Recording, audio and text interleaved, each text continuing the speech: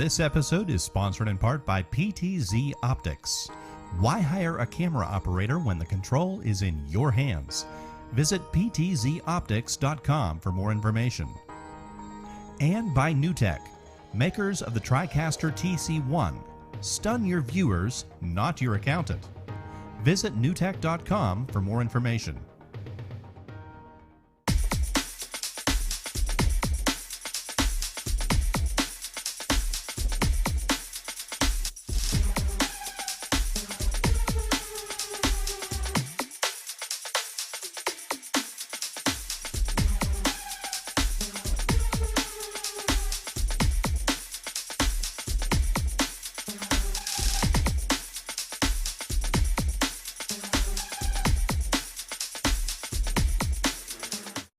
Hey guys, it's Thursday, so it's time for another edition of Broadcast Now, the show that talks about everything that has to do with live video, the internet, live streaming, and taking your money.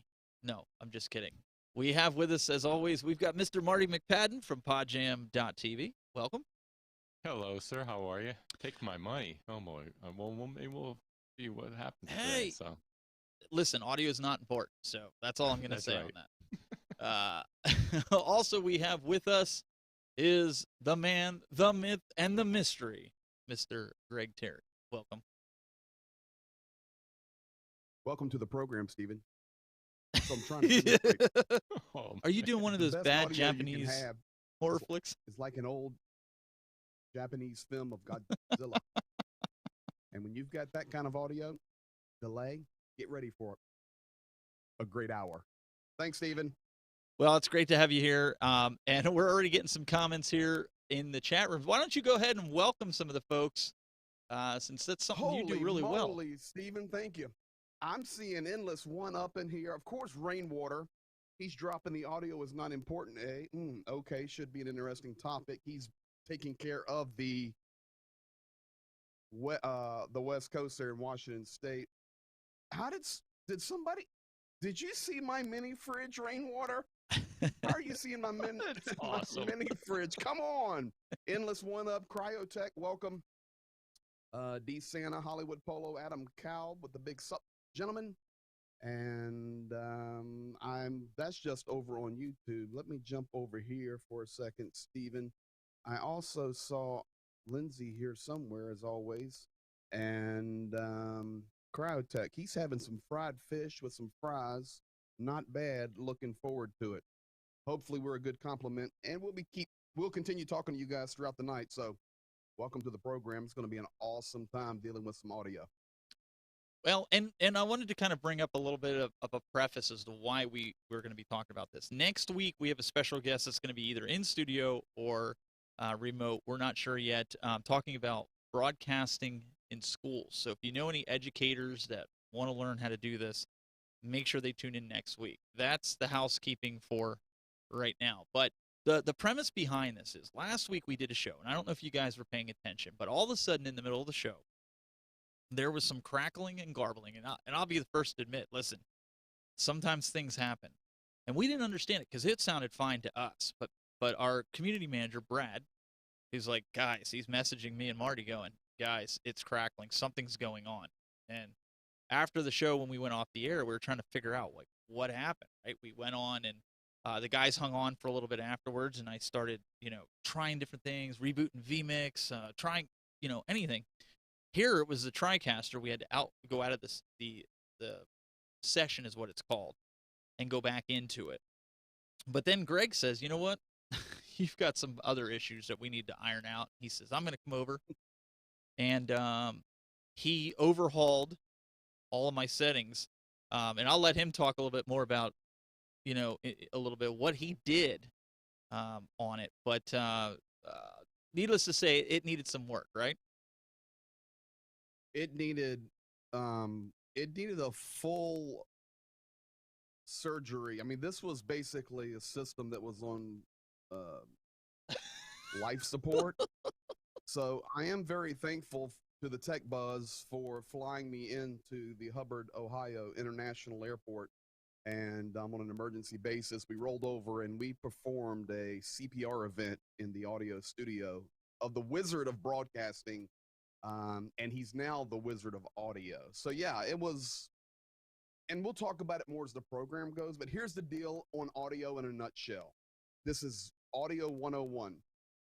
Everything must work together and complement each other. So whether you're dealing with audio, gain structure, EQ, compression, gating, anything in the entire system, microphone, lines, you have to look at that not just as individual components. So when I went into Steven's studio and we went through everything from the TriCaster to vMix to his PreSonus board, his microphones, his cables, we went through it with a fine-tooth comb, and what we ended up with was not just let's just say it was 10 components coming together to get his audio coming through his microphone. Those 10 guys were on the same team, but they were not playing together well. So when it comes down to Audio 101, the components, the players on the team, and we'll talk about it more in a little bit, in a little more detail here in a little bit, they all have to be working together, because if you have one piece that is messed up, and you've got big boys such as gain and EQ, but it doesn't matter. If your gain structure set great, your EQ is set great, but your noise gate and compression are messed up, it's irrelevant. So you have to look at it as like a family photo, and you got to bring all the family together in peace to get good audio. And that was something, Marty, we called you up and said, hey, let's jump on there. Brad was saying in the chat room here that audio is low and he's wide open. But I think there's something to be said for that. Like we tweaked this a little bit, and if you go too high on it, you don't get the true audio. You start getting the audio starts overdriving, right? It starts to really not sound good. And I started saying to you, it was crackling and such when we were here, and here it was my speakers on certain syllables. It was crackling. And when Marty, you got on, we were in the fine. studio and we were hearing some additional crackling, and I'm walking around with these wonderful headphones that the Wizard has, and I'm plugging into stuff, and I'm over checking a live stream. We've got Marty on there. We're doing all this different testing, and all of a sudden I unplug the headset and I go, dude. No, you plugged it into the laptop. Yeah, when I unplugged it, the crackling was there. And we go, Steven, we've got crackling in the system we got to fix, but your MacBook is yeah, it was part of the problem. It was crackling. So we were hearing crackling that was not actually a part of the problem. That was just an external speaker there. But here's what happens when you've got all these different things going on, especially in the audio world. It will drive you bonkers trying to figure it out. And unless you're willing to put time in, and in all honesty, I like to make it entertaining, have some fun, but we literally went on a treasure hunt in Steven's studio on Monday, and I think we got it dialed in. We're getting there. It just takes a little bit of time, especially on the audio side. And then Marty, you were able to jump on and listen to it on your end, because obviously if you can't hear me on the neural net system, the live to air, we're kind of screwed. So one of the things that we're also going to do, we're going to do some show and tell here as well. We're going to actually show you the parts of the board. But for a fact, you doing podcasting, audio is really important. Yeah, very, very important. You really and think of it, and I know Greg's going to go into this a little bit, but the analogy I like to use, and people have probably heard this when you first get into audio, think of it as a chain, and that's really what you call it. You call it an audio chain because there's various ingredients and aspects to it, and how you build out that chain really matters. And also your end level, like we were talking before the show, keeping your levels within check. And there's all kinds of standards. In podcasting, it's usually -16 on the dB overall loudness, and there's different techniques to get that. But what you were talking about, Stephen, was the difference between clipping, and I think the issue you were having last week with the TriCaster was some type of other internal issue. I don't know if it was clipping. That's another mistake people make, is they set their audio way too high. They set it up way too high. And in digital, analog's different. Analogs, you just get distortion. But everyone's digital now. Digital, that's when you hear that little crackle. I'll try to peak my audio here. So if I turn up my audio and I talk really loud, I'm clipping right now. and it's crackling, that's obviously you don't want to have that. So you want to be careful about that. And I know, Greg's going to get into this a little bit more details, but yeah, it's all about that overall chain and adding different things. And I would say this, as Greg goes through this, keep it simple to start. It's like building a house. Keep your foundation simple. And again, it's all about the foundation, as you'll see later, your setup. And then as you add different things to it, make sure you understand what each thing does, what it adds, and maybe what it doesn't add, or maybe what it takes away. So I'll leave it at that. That's something that we ran into. They're saying in the chat room, Rainwater was saying, if you go in a treasure hunt in Steven's studio, you'll also find 18 Guitar Hero guitars. He's not kidding. That there is a true statement there. But the NBA Jam's gone. I put that in my trunk. He put it in his trunk.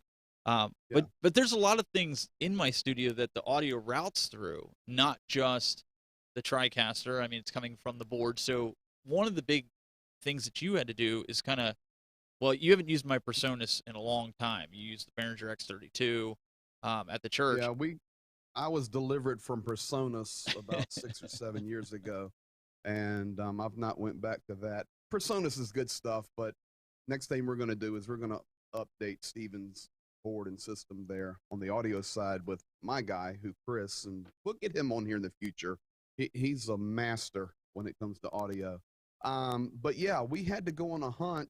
And Steven, I'm noticing right now that, I'm reading the chat and guys are hearing the volume, and there's multiple comments where the volume is getting better. So just for a live experience tonight, before we get into all this stuff and the diagrams and talking about the marriage of components, are you doing something? Are you adjusting compression? Are you bumping gain? I have been bumping up in. Remember, we had 5 dB set inside for master and TriCaster inside of vMix.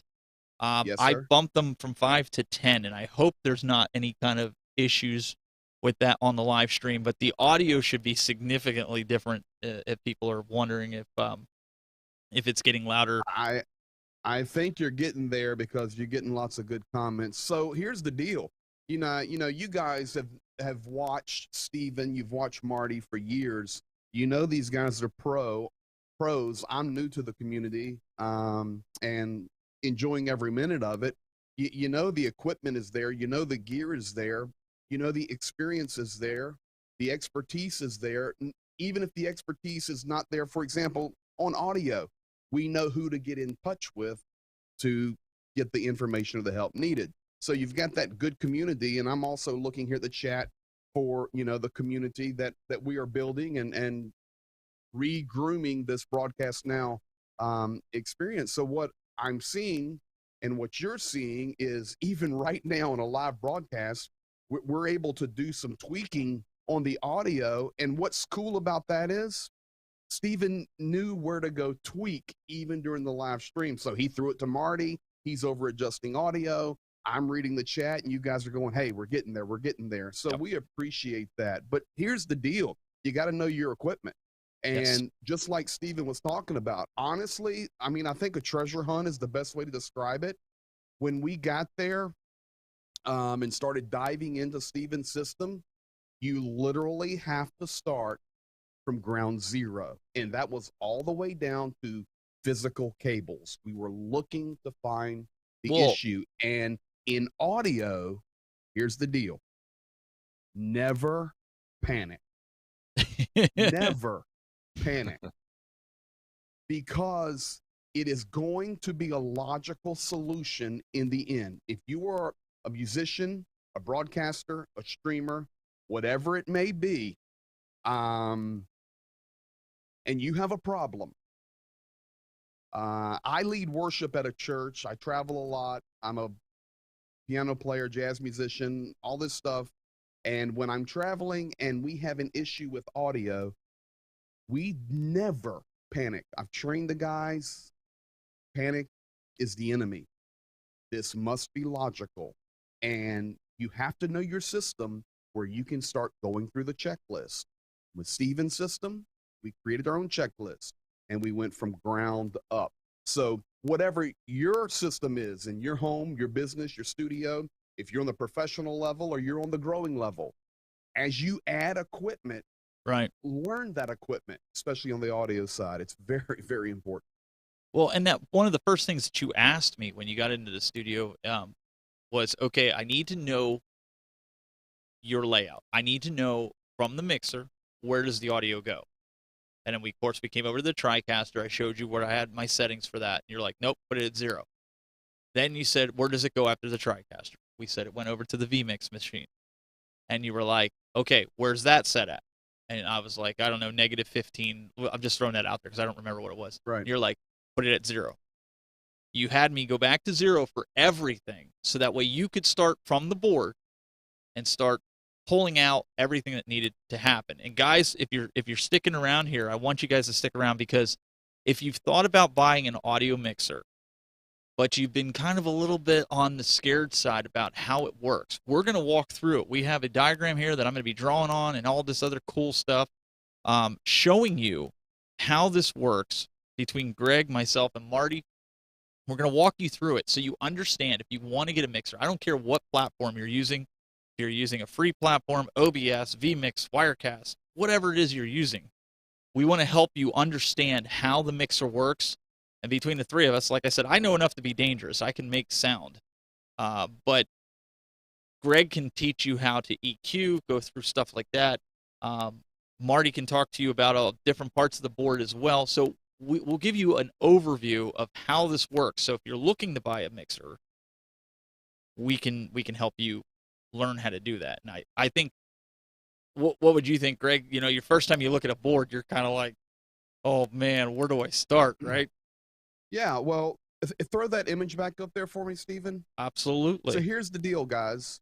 If you're looking at this board, some of you probably there are going, oh, okay, well, you know what? That's an old analog board. I'm going high-tech digital in my studio. Doesn't matter. That is just a representation. So whether you're analog or digital, these components, so as you look at each channel, and that's a 22-channel board, 24-channel board with the auxes over on the right, those are called strips. And that's why the line is there. You start at the top, it goes straight down. You can see inputs, you see gain structure, you see EQ, you see subgroup assignments, all these different inserts, which for loop effects, whatever. But the bottom line is whether you're going to have an analog board, you know, because there are lots of guys out there even now that go, oh, I hate digital boards. I can't get that warmth. Okay. But most guys are going to digital platform regardless of analog or digital. You're still going to be dealing with this same strip per channel, and you have to actually know what the buttons do. You know, when we train guys here, and I actually travel quite a bit when things are normal. Lots of churches have me come in and I'll train their musicians, or I will work with their sound departments and help them get set up. I just did a church right before COVID in Reno, Nevada. Fantastic church. We renovated their entire system. And I actually went in on a Thursday. We had ordered all the equipment on Friday, but they were having this setup. And they were doing their rehearsal, and I just wanted to kind of go in and watch them. And I walked into the back end of the sound booth, and listen, this is a nice church. I mean, high tech, good people, good musicians. It's Reno, Nevada. Okay. Fantastic place. And I'm watching the sound engineer, and I go in the booth, and he goes, I said, what you doing, buddy? And he goes, I'm mixing them. I said, okay. I said, how are you doing that? He goes, well, I'm turning that knob up there at the top. I said, well, what knob? The one at the top. That's how I turn the volume up and down. I said, oh, boy. I said, okay, you're mixing on the gain button. Oh, yeah, that thing works good. I said, we're going to have a great weekend together. Once we set things, you're never going to touch that knob again. But that's the point. You have to learn. And I didn't bash him. Sure. We had a great time. We're a great relationship. I've been back there many times. People just don't know, you know? So this is the important part of having a show like this. And I'm sure this will open the can of worms, and we'll have more about audio. But you have to know your equipment. Remember, the family photo, the family portrait, you have to have the family working together. we'll talk more about those components later. And I catch you. And Marty, you also used an analog board for a while, but you changed to a digital board, but you use the same concept, right? Right. I have in the back there. I have a Behringer. I forget. I like 6. Isn't it the 24 channel? Something like that. It's sitting back there under a cover. I'm actually using a Rodecaster Pro, which is mainly used for podcasters, and it's just a 4-channel. It's just very simple. My needs are not as complex. I don't have a lot of mixing needs, so I use a very simple board I can bring into broadcast here. It works well with my day job and my business. But the diagram that you brought up there, and what Greg was mentioning about channel strips, I think this is where people, he mentioned a little bit, this is where people get overwhelmed. That's what I use there. So the Rodecaster Pro, it's not the cheapest thing in the world. There are other things out there. I like it because you can record on, it's kind of an all-in-one unit. It's pretty good because you can record on SD cards. Those pads on the right, you can have sound effects. If you're running multiple mics and you're recording with a bunch of people, you have 4 different headphone amplifiers. So it's nice for podcasting. You also can use it with live streaming.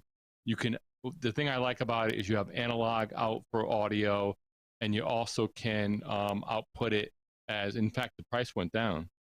That's used. Okay. That's actually a pretty good price. Oh, is it used? I just looked up. Yeah, no, but that's actually a good price used. But the thing I like about it, and I think for most people, is it's an all-in-one unit.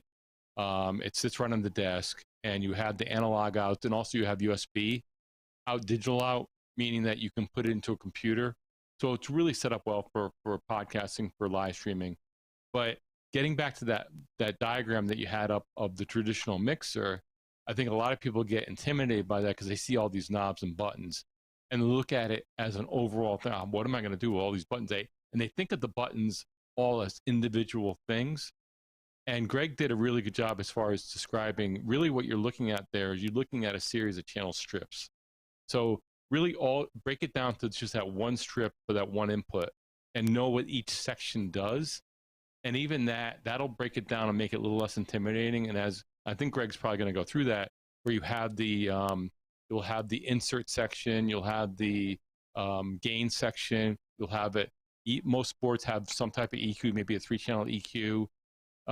They may have an aux send on there, but the channel, you go right down the line, and it's the same exact setup for each. And you may have a 24-channel board, but it's the same thing. So the way to think about it is, there you go. Break it. Now that's a lot less intimidating, right?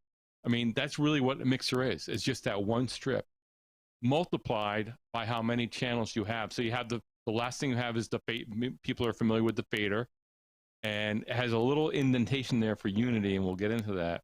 But the fader is the last thing you do. Then you have, like, it looks like pan, meaning if you have a stereo input, you can pan left and right. You have aux, looks like an aux send there. Yep, aux. So your control, aux sends, that's a whole nother thing. Looks like an EQ section there where you have maybe 3 or 4 different channels of EQ. You have the gain there. Gain, we'll talk about that. That's how you set it up. And then that looks like an insert. Insert in the line, yep. Insert, and then the actual line in, and then the mic in. And a line level and mic level, that's a whole nother thing, where those are 2 different levels and all that.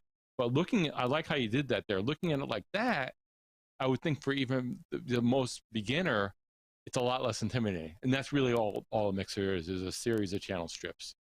And that was something why we wanted to break it down for you guys, because when you have something like this, like Greg said, it was like a 24-channel. It was just a graphic that was high res that I could grab off of, Google. But all the mixers, like I have a digital board, but essentially the concept is still the same. It's just in different places. Is that fair enough to say, Greg? It's just in different locations depending on the digital board. Correct. Here's the deal. I think Marty said it perfectly. If you look at a board, you're just overwhelmed. And most folks feel that, well, I'm broadcasting, I'm streaming, I've got to get my picture perfect, I've got to make sure my lighting is great. But I've got news for you. If you have the greatest 8K video in the world and your audio is trash, nobody's going to watch. Right. So when you take time behind the scenes, this is a Broadcast Now program. We're talking to broadcasters. You're working behind the scenes before you bring your content, your program to the public. You break it down into 3 main areas. You got the video side, which is camera and lighting. You've got the audio side, which is your mic or your external audio inputs you're going to use for the experience. And then, of course, your content. And what I've learned, whether it be for streamers, content creators, churches, DJs, whatever it may be, believe it or not, DJs, many times DJs are worried more about having good lights than having good sound. And it just doesn't work. So if you're in a workflow, preparing for your broadcast, for your streams, divide your time up. So, okay, this week I'm going to work on the sound. I'm going to stream to an unlisted YouTube video, and I'm going to do a 5-minute clip. I'm going to go back and listen to it, and then I'm going to adjust it. He said, well, what am I adjusting? Well, that's the learning curve, which, we're going to help you tonight and in weeks to come, I'm sure. And of course, there's plenty of resources out there on YouTube. And then you equally work on the video and content. And when you put time in, and that's what we did Monday. We just hit the pause button. I jumped in the vehicle and rolled over to Steven and said, we got to fix this. And literally we went through it. I guess the best way to say it, Steven's with a fine-tooth comb. Yeah. And it was great because the 3 of us were able to sit down. I told Marty ahead of time, hey, do you got some time around, noon? Can you jump on with us? And because I need to do this for my job. It's not just for doing this, right? I'm producing for my job, producing for, things like that. So it's great that we did have to make adjustments today because it gives them an opportunity to see. I think you were right on, both you guys, for saying, let's do this now. And everybody's saying that sounds great. Everything's rolling. But I think that's the most daunting, part is they'll see a microphone and they'll get a USB microphone and they're like, dang, I wish I could do other stuff with it, but they don't have a mixer.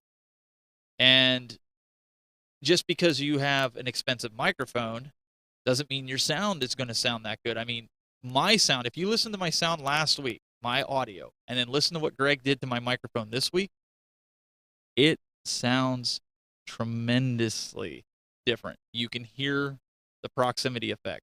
When I get up on the side of that microphone, yeah, baby, you can hear it. Barry White, eat your heart out. So, oh boy, I don't know if we're going to go to the Barry White world yet. I mean, slow down. You dare disrespect Barry White. Sorry, I had to. I mean, it's I had to solid break that a little bit. Bro, that was a compliment to you. Planet is Barry White. I know, but that was a compliment to you. So no, thank you. I appreciate that. But we worked together on it. Yes. You had already worked through your cables. Guys, just think about this for a second. This, all I can keep reiterating, because we only have an hour program, man, 30 minutes have already gone by. But the family portrait, I just want you to remember that tonight. That's the best picture I can give you. Let's just think for a moment.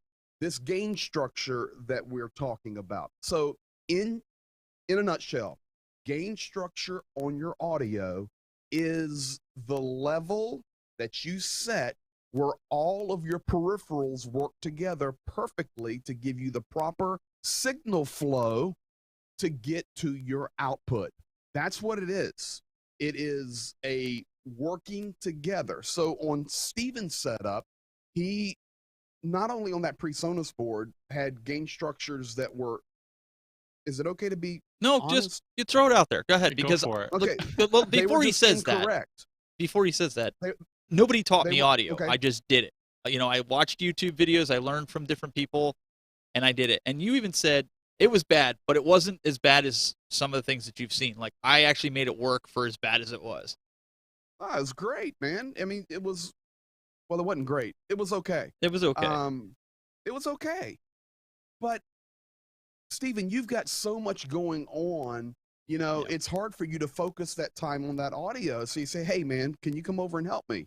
That's what teamwork's about. That's Yep. what broadcast now is about. If I've got a mastering question or a post production or a podcast, I'm going to call Marty. You see what I'm saying? This is how this all works together.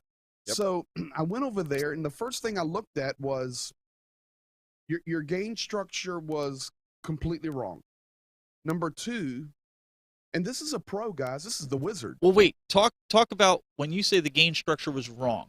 Give an example of that. Tell them what you saw and why you said it was wrong. Boy, that's a long pause.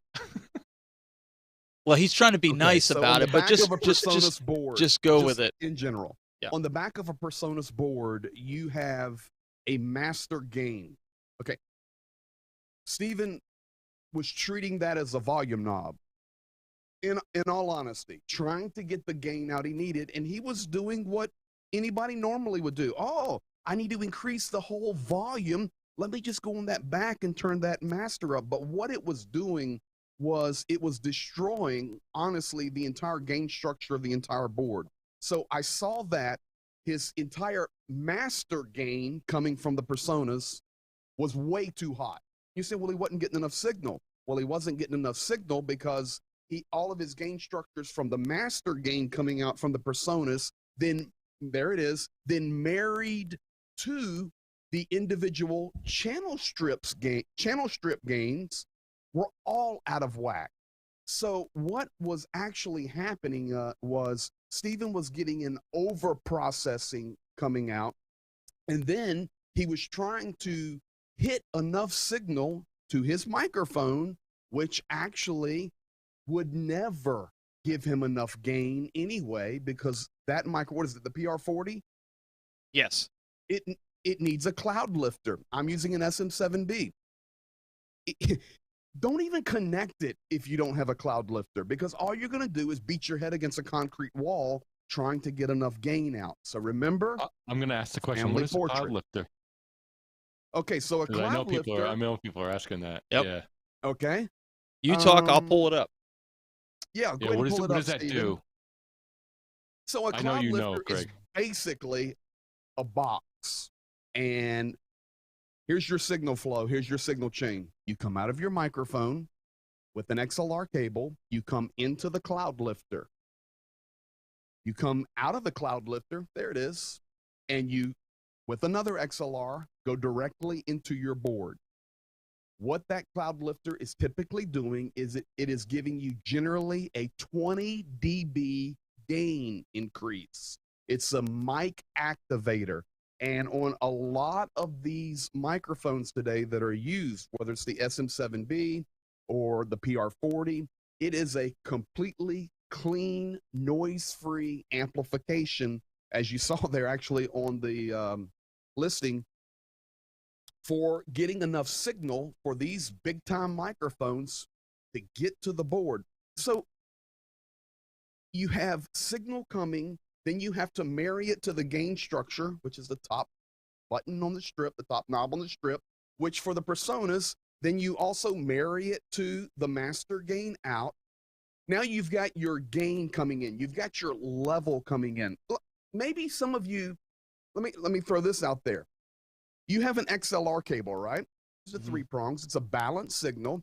And you're coming to your board at your house and you're saying, or your studio, and you go, oh man, my board will only take a 1/4-inch input, you know, the phono plug.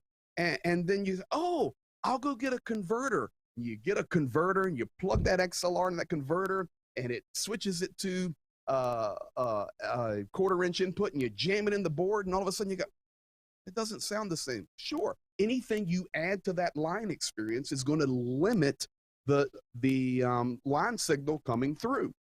So this is just, honestly, we're just scratching the surface. So we had to initially get that gain level set properly. Then let's make it easy. I just started working down the channel strip. But remember, the first thing we did was with TriCaster and vMix, we set them to nominal, which is unity, which is that 0 on your mixer. We got that right. Then we started gain structure. And then I started going down the channel strip. We had to re-EQ the microphone. And honestly, a lot of the EQ work I did helped out tremendously. And, you know, I don't want to just keep going here, but let me just say this and then I'll throw it back to you guys. People look at EQ and, you know, these are all major shows within themselves, but they look at EQ and you have no clue what you're looking at. And that's not disrespectful. I didn't either when I started learning it. And you, oh, okay, I got a low mid, got a mid, and I got a high. And okay, well, let me just turn this till it sounds right. Well, here's what I would encourage you to do. A couple of things. Do a Google research. Just type it into Google. What frequencies do male voices or female voices, what band do they cover? What spectrum are they in? So typically, you know, voices are around that 400 hertz up to the 1 to 2 kilohertz, and you're EQing in that section, because if you're up EQing in frequencies where the process is not even coming through, you're doing nothing. The other thing is that I really want to encourage you, in line with EQ, there's a thing on that strip also called many times a high pass filter. And it's kind of goofy because a high pass filter will actually cut low frequencies. It's kind of opposite, even though it's called a high pass filter. What that does is there we go. Thanks, Stephen. There we are, folks. And you say, oh, I can't look at all those graphs, whatever. You have to. And just kind of analyze and learn in slow little bites. But the high pass filter, honestly, is your best friend because it takes out all that low that is not even in your vocal anyway, and it just cleans up the channel. Remember, family portrait. And then, of course, we get into a whole different world with compression, noise gating, and effects. Maybe, you know, for me on vMix, I run VST3 plugins to get different presences on the mic. The bottom line, and I saw somebody earlier on the chat, who was it? Endless One Up, talking about, yeah, condenser mics and all this, but he was talking about the insert. Insert little is where you can insert an external peripheral equipment or signal flow into that channel strip for processing or even other things. I mean, honestly, we've yeah, this might be a multi-port. Each one of those things is a show. Oh, each yeah, one of those yeah. things you mentioned. Yep. And I wanted to put this out to you guys. This week, I was accepted into Amazon to be able to stream as, I hate to use the word, but that's what they call it, influencer. But my point with this is, I'm going to put a link here in the chat room of all the different gear that Amazon sells that I use. And as we, you know, proof it, like the Cloud Lifter Greg mentioned, I'm using not the Cloud Lifter brand. It's about half the price of it. So it's fantastic. If it sounds like something that you want, I'm going to put a link in there to my storefront. It's all broadcasting gear. There's some arcade stuff for you guys, arcades, like LED lights and stuff, like broadcasters. You can use it behind your TVs and things like that. But I want to put that out there because this is a lot. This is a lot to take in. And as we get into the board, this is an episode you want to listen to over and over again, especially if you're, because this is just as huge as video. We talk about video. But as Greg and Marty are saying, man, you could spend the whole show, right, Marty, talking about this one subject. Yeah, I mean, I would say, and I know you kind of had a plan words there with the title of the show, a little link bait there. The audio's not important. Our friend Mike Phillips, that's his famous line. We kind of took it from him. But it's kind of like it's kind of being sarcastic, and audio's everything. So I always tell clients and anybody starting out, if you're going to start with one component of your show, make sure you're really dialed in the audio, because people are, especially if you're doing live streaming or video, people are much more willing to forgive maybe some crackling on the video, maybe not quite right lighting, maybe if you're streaming, maybe you have a little internet interference. Well, if the audio is wrong or if the audio is off, it's, you know, that's where it all starts. That's the foundation, you know. And there's so much to unpack what Greg just went through with the mixer, and each one of those things that he mentioned is a show. The compression we could do a whole show on just compression and limiting and a gate. I mean, maybe that's one show. The EQ is a whole show. And when you mentioned the high pass filter, it's funny. Yeah, it's like you're basically passing the highs and getting rid of the lows. And the principle behind that is anything below like 60 hertz is not even heard by human hearing. So get rid of the frequency. I won't get too deep. Cleaning it up. Yeah, and because you're just getting rid of frequencies you're not using, and EQ is about taking away and adding. So it's all dB, and so you also got to watch your levels there. It can get pretty geeky, and we should get into that because you brought up some really good overall points with that. The thing I want to mention and really make sure that people understand what Greg was saying, going down that channel strip, is so important to set up the gain stage. And when he was saying unity on your board with the fader, there's always a spot there where it's 0. All your faders should be at 0, and then you adjust your gain and make sure you gain where you want as far as what levels you want to be peaking at. Once you get that set, then that gain knob, you should not have to touch it. The fader then becomes your fine control. If you need to lower or boost it a little bit, you can ride what's called riding the fader sometimes if you don't have a lot of compression or expansion on the audio. The compression does help that's a whole other thing, even things out. And I don't want to get too far in the details here, but I would say this: if you're just starting, it's a process, right? So get that gain state. That's the first assignment, is when you first get into audio, get your unity right, get your gain structure right. Just do that. Don't even worry about compression or limiting or expansion or plugins or anything like that to start. But get that right, because everything else, and that's your foundation. Everything else flows from that, and then we can get into other things. But guys, maybe we have to do like a whole series of shows on this stuff. I think after next week, I think that's what we can do. But Greg, before you get into anything else with that, Rainwater, and I didn't grab the comment, but he's in here. I know he is. He wanted to know the difference between gain and level. And I thought that was a really good question that I don't think a lot of people understand. I am so glad you asked. I saw that question on the chat. Of course, Stephen and Marty and I are like, in harmony, rolling and flowing here. I knew Stephen's going to ask that question. So here's the deal. Gain and volume, you have to kind of think about them opposite. Gain is how much level you're putting into the input, which of course does affect what you hear on the output, but gain level is what signal you're pushing through that strip. Can you put the strip back up for me, Stephen? Sure can. It's like the amplification of the strip, correct, right? And then like the top of the funnel. Correct. So let's think about it this way. That top knob, when that is at the proper level, it will then send enough signal to process the signal properly for the output. Now, yes, you can crank gain, it'll seem, and in reality, the volume is going up. But why does distortion and all this stuff happen when I'm turning the gain up? It's because you're over processing that entire channel strip. So the gain is how much juice is being sent to that strip. The fader is how much juice is being sent out of that strip.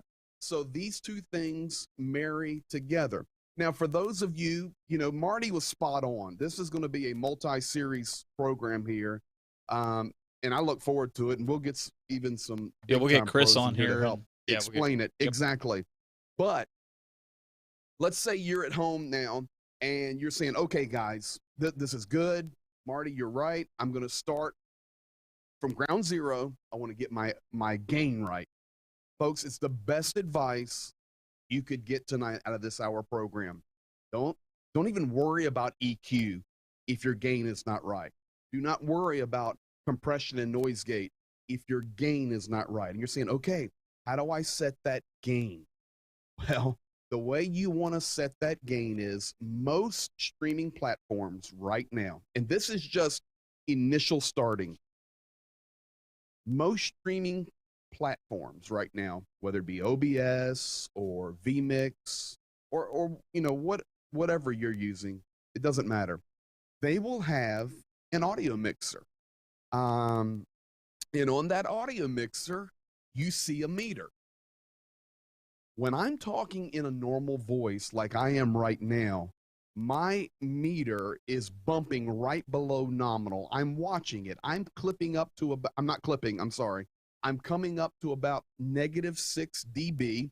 And it, you know, on most monitors, it will be like dark green and then a little lighter green and then a bright green and then it will go yellow and then it will go red. Here it is in a nutshell. How do you set the gain? Start with your gain at 12 o'clock. Always start at 12 o'clock. Don't start at 3 or 4 o'clock. Start at 12 o'clock. Work on your signal processing with that.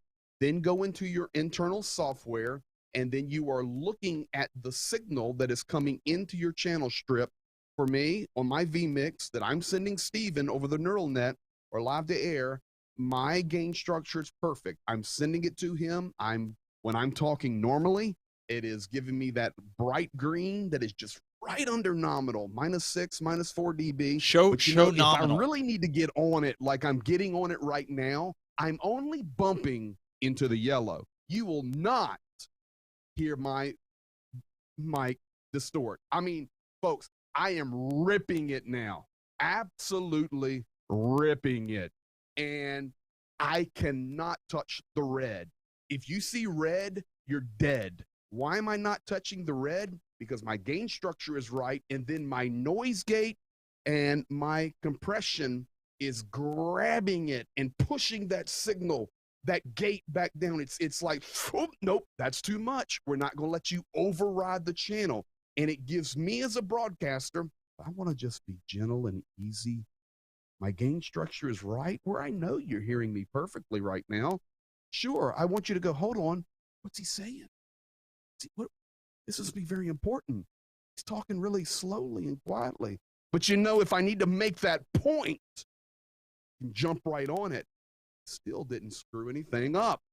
My gain structure set right. So that's it in a nutshell. That's how you set it. Use your meters, and it's the best starting place. And remember, set you up an unlisted video. Go record 5 minutes. Go listen and then adjust.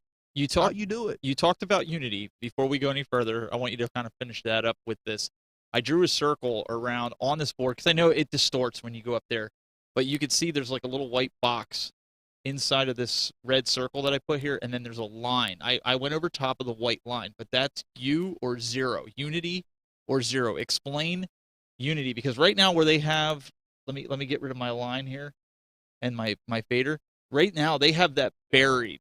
They should not have that buried like that. That is, if your mixer looks like that, it is wrong. So, Marty, you want this one? Sure.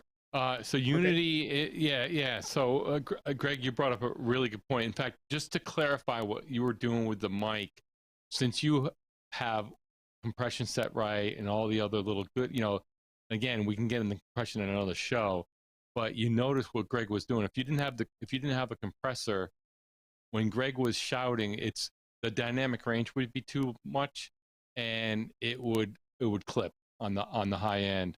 So when he taught, in fact, when I'm talking loudly, I can raise my voice and then lower my voice, and my volume, my actual loudness, probably stays the same. I'm looking at my meters right around -15.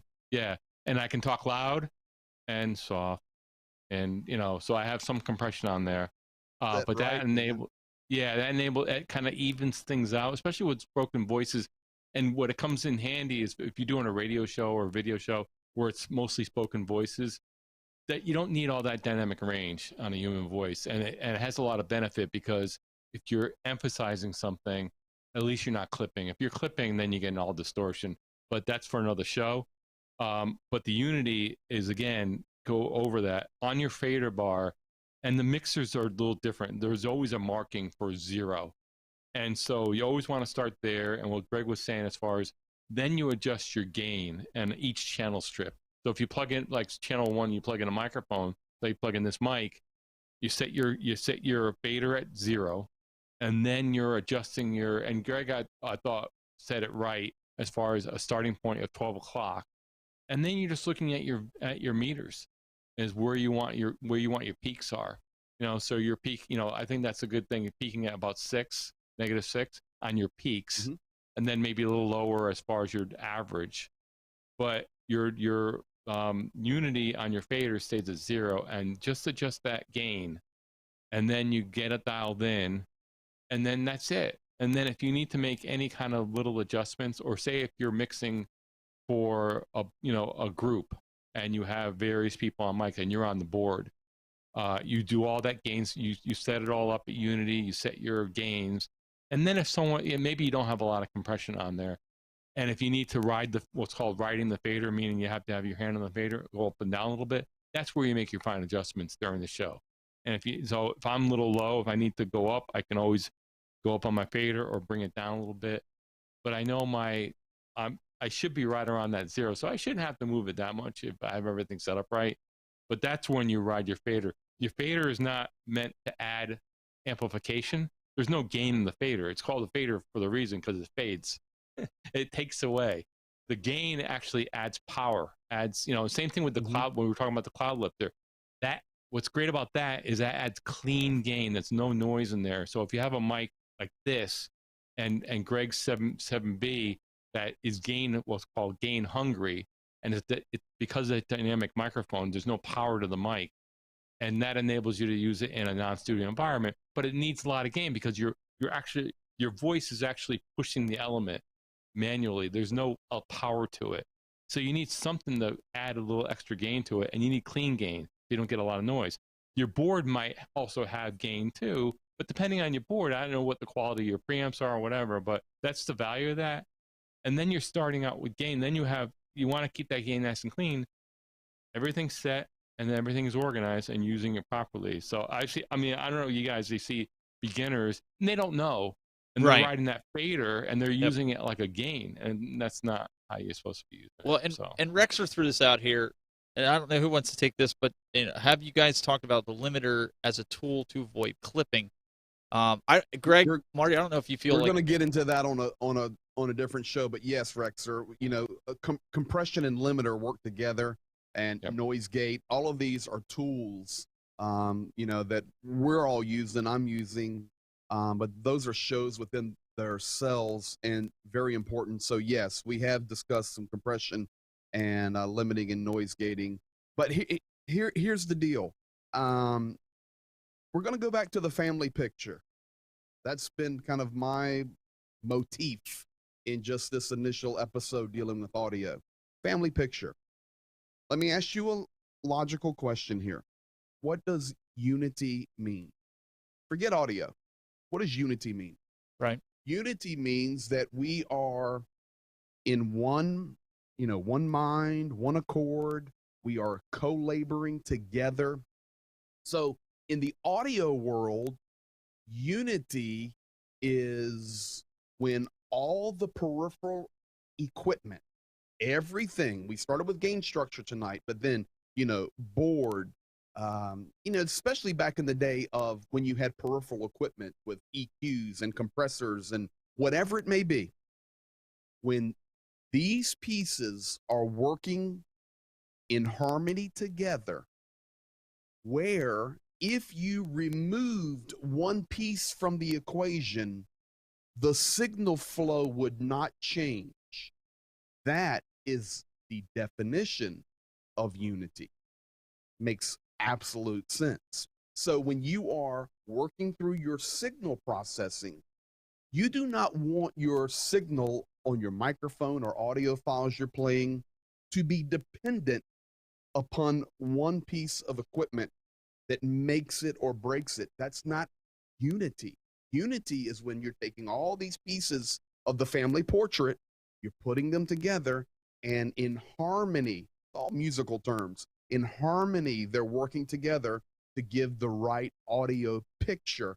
So it's very important in dealing with a lot of churches and even DJs. There was always, especially, 25 years ago, 2015, and now these are available as plugins, or you can get the hardware if you want. But there was a piece of equipment made by BBE that was called a sonic maximizer. You guys ever heard of a sonic maximizer? Oh yeah. So exactly. Boom and sizzle. We got the pro in here now. Yeah, That's John exactly Mahoney right. makes a really Keeping good it clean. point.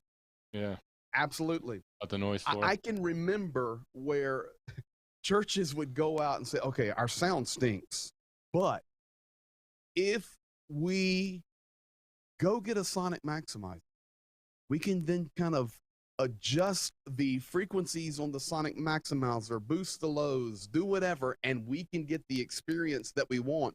But what happens is, yeah, it was helping, but the reality, it was just a Band-Aid on a mess. Remember, sound, structure, gain structure. And Chris, I saw your question on there. Do I mix with the gain knobs or the faders? Yeah, we rolled on that one about 30 minutes ago with an example from Reno. I knew he was trolling. I knew he was Chris trolling. was helping me on that project. But here's the deal. Remember, it's the family portrait of audio mixing, and putting a Band-Aid on it, or I can't fix this, let me just gate the mess out of this. In the end, you're not going to have the best experience possible. Remember, everything starts with proper signal flow, proper cabling, proper gain distribution, which is that input coming into that signal flow so that your output can come out clean. It's the family portrait. That's what I'm calling it. So Rexer, to answer your question in a long-about way, if you're using a limiter to get rid of distortion, you're essentially putting a Band-Aid on it. And I was actually doing that for a couple weeks because I had some issues, which is how Greg and I got talking about this. It was a Band-Aid. I knew it was a Band-Aid, didn't want to keep it that way. In fact, the day before I started messing around, I even said to Greg, I said, hey, I put a limiter on this, and I gated it. And I said, now that noise has gone away. But I know it's a Band-Aid. But like you said, if I had to go live, I could have, no problem, because I needed it for work until you were able to get there and take a look. But it's not something that you really want to do. No, Chris, we're saving the EQ techniques for when you're able to come on and you and Greg can piggyback. Go ahead, Marty. Sorry. No, that's a great analogy. The band, that's exactly what it is. I mean, ultimately, and what Greg was going to, I think the takeaway tonight is building your foundation, right? Mm-hmm. So getting your gain structure, your initial setup correct. Because think of that as a foundation of your house. If you have a house and the foundation is failing, the whole house comes down. So that's not good. And you can have whatever Band-Aids you want, and if the foundation fails, the whole house comes down, including the Band-Aids. It might get you through one night, or it might get you through a show, but not the right way to do it. I do want to mention something. When John Mahoney put that comment about the noise floor, that's exactly what we're talking about, like clean gain. Noise floor, for folks that may not know, that's the background noise in your channel mix. And again, the quality of your preamps and your mixer, the quality of the clean. That's why clean gain's important. You want to try to keep that low, and you want to try to keep the initial setup clean as can be, because as you add different things and different things come into the audio chain, you don't want to start with something that has a lot of noise at the very beginning of the chain, because then it goes right through the chain. So you want to keep that clean.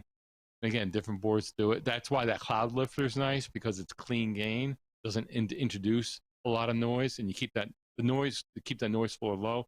And again, the noise floor is just the base of where you start hearing background noise in and hopefully it's very, very low, under 40 dB or 45.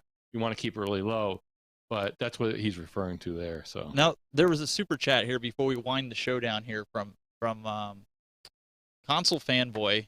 And he's one of the guys that watch the show on a Friday, so I have to look over here so I can get the whole super chat here. It says, question, how can I get a very low sub channel like mine? How can I get my sub channel like mine to receive 5K views on one video? Is it the thumbnail? Is it the hashtags? Is it the title? Trying to repeat the pattern in the future videos, but it doesn't make sense. So I'm gonna answer this in one simple answer. Focus on your content, make your thumbnail that matches your content, and let the views come. There is no magic formula, despite who you pay, who is doing it. Make good content and people come. Just like this, you know, we're staying consistent. We're doing the show every week.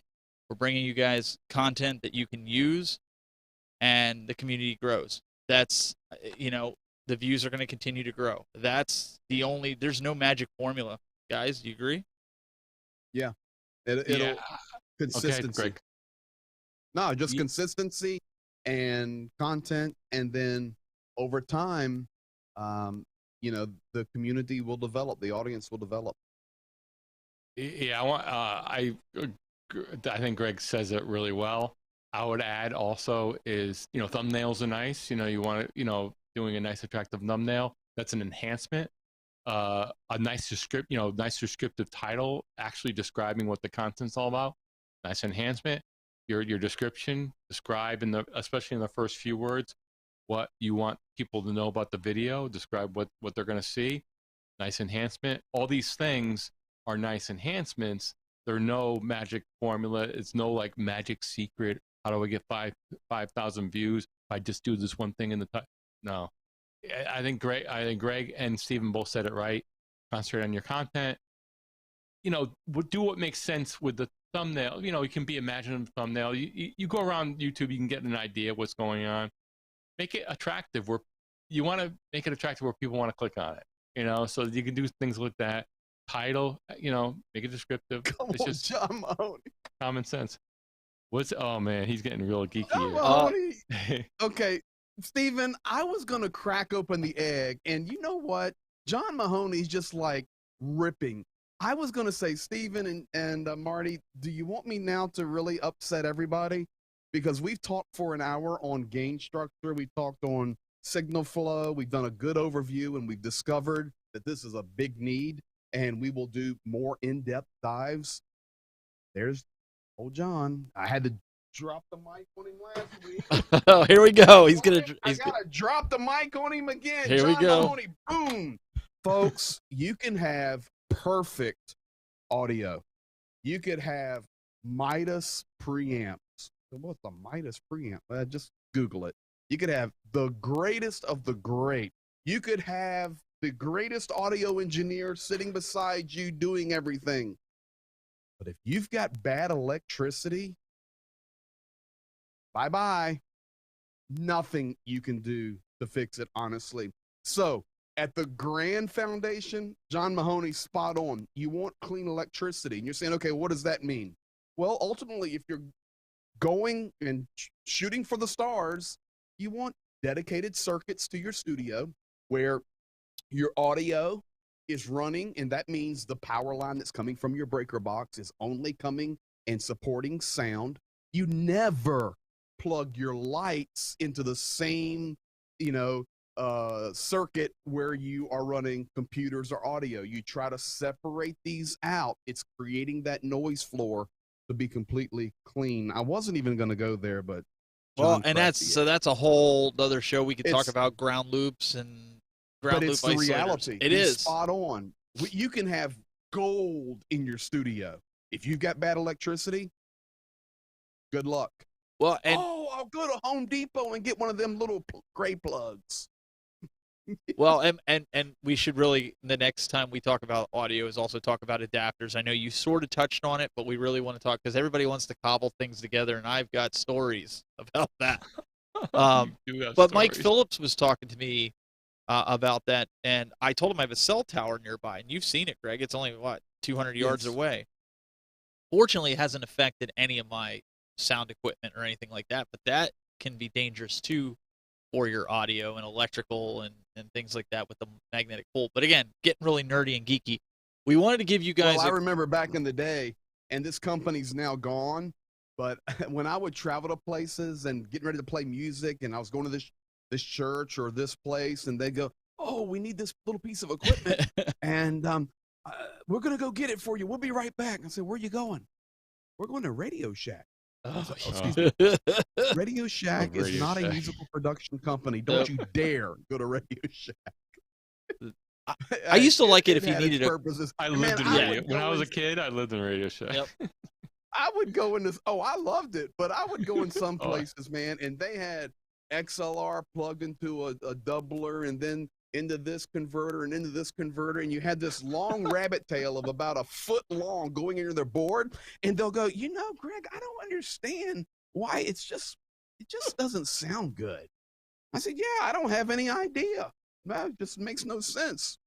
Nice input there with your 31 adapters. I'll leave you with this. When I first started streaming, I had 2 mixers.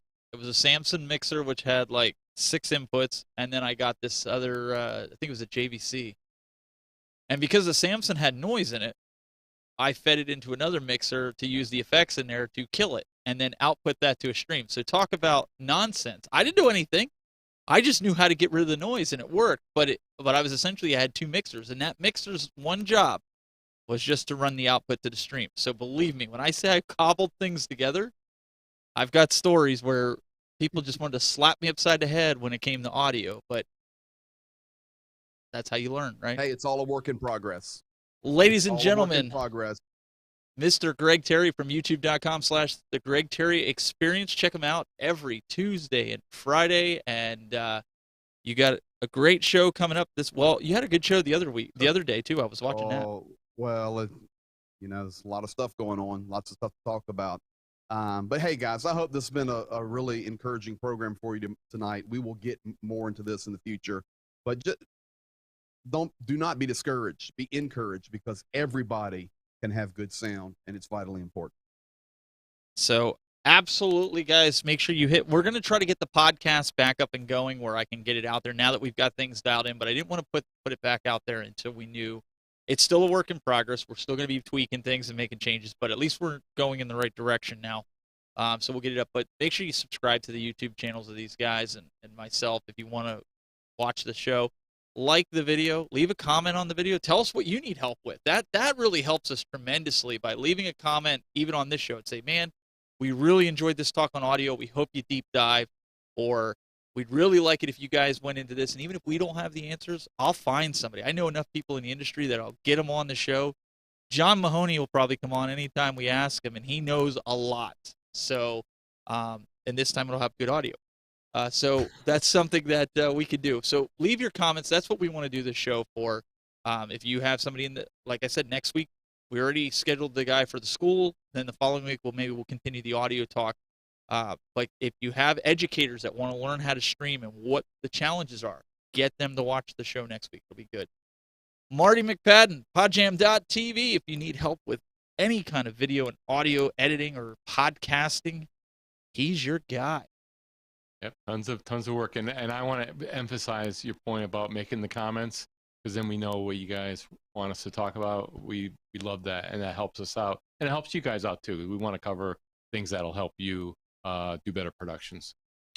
And it helps us also to give you some show and tell. We don't want to just talk about it. We want to give you examples like we did today to be able to show you, like when Greg was going through the vocal patterns, to be able to show you exactly what he's talking about. So leave those comments. We really appreciate you guys. We have this faithful community that's here. Endless One Up, Rainwater, Rexer, Hollywood, all you guys. And if I missed some, I apologize. But all you guys that come out every week to watch this show and learn more and how to better your broadcast. I mean, that's the whole point of Broadcast Now. So I encourage you guys. Brad has been putting the link in the chat room. If you didn't get it, we have a Broadcast Now community on Facebook. You can go in there and ask questions, and other people besides us that have skills and talents in broadcasting can answer those questions, no matter how mundane you think the question is. Remember, I thought I saw it in the chat room earlier. The only stupid question is the question that you don't ask.